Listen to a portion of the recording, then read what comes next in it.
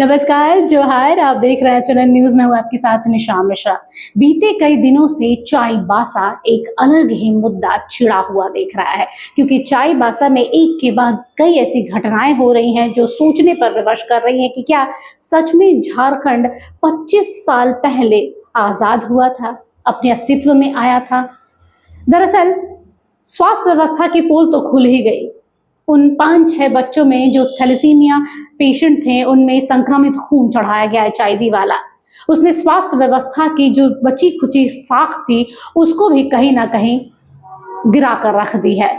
इरफान अंसारी फिलहाल इस पूरे मुद्दे पर बोलने से बच रहे हैं, लेकिन जो विपक्ष है लगातार आक्रामक हो रहा है। इस बीच एक और खबर आ गई चाईबासा में ही, जहां प्रदर्शनकारियों और पुलिसों के बीच में हाथापाई देखी गई, जहां पर कहा जा रहा है कि प्रदर्शनकारी दीपक बिरुआ के आवास पर जाकर अपनी परेशानियों को सामने रखना चाह रहे थे, लेकिन पुलिस प्रशासन दीपक बिरुआ तक मिलने जाने की बात तो छोड़िए, उन्हें शांति भाव से प्रदर्शन तक नहीं करने दिया गया, जिसके बाद पुलिस ने लाठीचार्ज कर दिया, आंसू गैस के गोले छोड़े, और जिसके बाद कई लोग उसमें घायल भी हुए हैं। लोगों का बस ये कहना था कि भाई इस रास्ते से बड़ी बड़ी गाड़ियां नहीं जाएंगी, क्योंकि बड़ी गाड़ियों के जाने से आवाजाही ठप तो होती है, लेकिन कई एक्सीडेंट भी होते हैं, कई लोगों को अपनी जान गंवानी पड़ती है। सुबह से ही ये लंबी लंबी गाड़ियों का कतार देखने को मिलता है, और इसको लेकर अब बस बहुत हो गया, हम दीपक बिरुआ से मिलना चाहते हैं। लेकिन पुलिस ने मिलने देना तो दूर की बात है, पुलिस ने आंसू गैस के गोले छोड़ दिए, उन्हें लाठी डंडों पर उन पर बरसा दिए गए,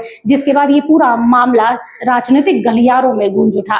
लगातार पूर्व मुख्यमंत्री और भाजपा के वर्तमान जो नेता है चंपई सोरेन, इसके खिलाफ मोर्चा खोल बैठे हैं। वहीं रांची में भी कल कुछ ऐसा ही देखने को मिला, जब भाजपा के कार्यकारी अध्यक्ष जो है आदित्य साहू, उन्होंने भी प्रेस कॉन्फ्रेंस करके दोनों, अमूमन भाजपा के ही जितने भी नेता हैं उनका यही कहना है कि भाई झारखंड आदिवासियों का रहा है। यहाँ की जो सबसे बड़ी आबादी है, परसेंटेज में देखा जाए तो सबसे बड़ी जो आबादी है वो ST की रही है। आदिवासी अपने ही राज्य में अगर सुरक्षित नहीं है, स्वस्थ नहीं है और शिक्षित नहीं है, तो किस बात के लिए राज्य सरकार है।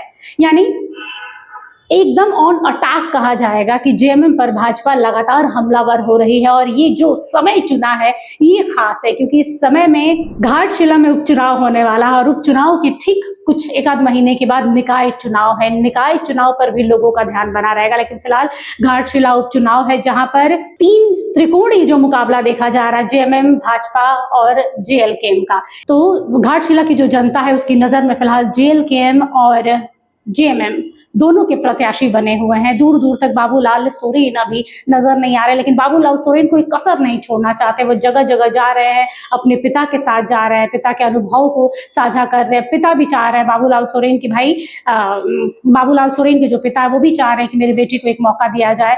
लेकिन इस बीच इस खबर ने जैसे पुआल में लगी आग की तरह फैल गई है कि भाई क्या झारखंड की जो व्यवस्था है सरकार की ओर से वो क्या चरमरा गई है? क्या सरकार का ध्यान शिक्षा पर नहीं है? क्या सरकार का ध्यान सुरक्षा पर नहीं है? इस तरीके के सवाल उठने लगे। बहरहाल कोल्हान बंद पर हमने कांग्रेस के मीडिया प्रभारी राकेश सिन्हा जी से बातचीत की है। सुनिए क्या कुछ कहा है उन्होंने। देखिए, कोल्हान बंद पूरी तरह फ्लॉप रहा।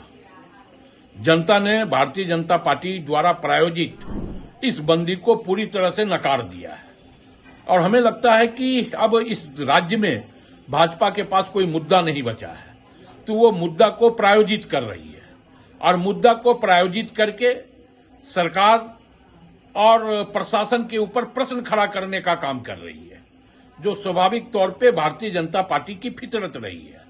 तो ऐसी फितरत को जनता पूरी तरह नकार चुकी है, और हमें लगता है कि मधु कोड़ा जैसे लोग मुख्यमंत्री रहे हैं, वो क्या कर रहे थे अपने मुख्यमंत्रित्व काल में, और उनके ऊपर भ्रष्टाचार का मामला है और यही खनन का मामला है, तो स्वाभाविक तौर पे उनके मुंह से किसी भी प्रकार का बात शोभा नहीं देता है।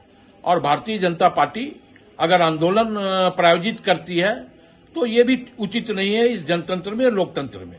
आप मुद्दों की बात करो, मुद्दे की बात करने में सरकार भी आपके साथ नजर से नजर मिला करके आपको जवाब देने का काम करेगी। लेकिन अब बैकडोर से सरकार को बदनाम करने का प्रयास करोगे तो हमें लगता है कि यह ठीक नहीं। जनता इसको नकारती है, और यही हाल कोल्हान बंदी में हुआ है कि जनता ने पूरी तरह भारतीय जनता पार्टी को नकारने का काम किया है। है। आप लोगों ने राकेश सिन्हा जी को सुना होगा। राकेश सिन्हा जी ने साफ तौर पर कहा है कि कोल्हान बंद आवाहन करना आसान है, लेकिन क्या उसकी छवि देखी जा रही है? क्या एक्चुअल में कोल्हान बंद हुआ है?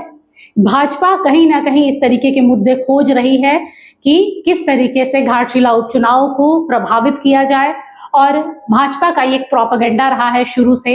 इसी को लेकर उन्होंने भी कहा है, फिलहाल हम ये नहीं कह रहे हैं, हम तो यही कह रहे हैं कि भाई चाहे शिक्षा व्यवस्था हो, सुरक्षा व्यवस्था हो, स्वास्थ्य व्यवस्था हो, किसी भी राज्य में ये 3-4 चीजें दुरुस्त होनी चाहिए ताकि एक राज्य सही ढंग से चल सके। फिलहाल के लिए बस इतना ही। देखते रहिए चैनल न्यूज। नमस्कार।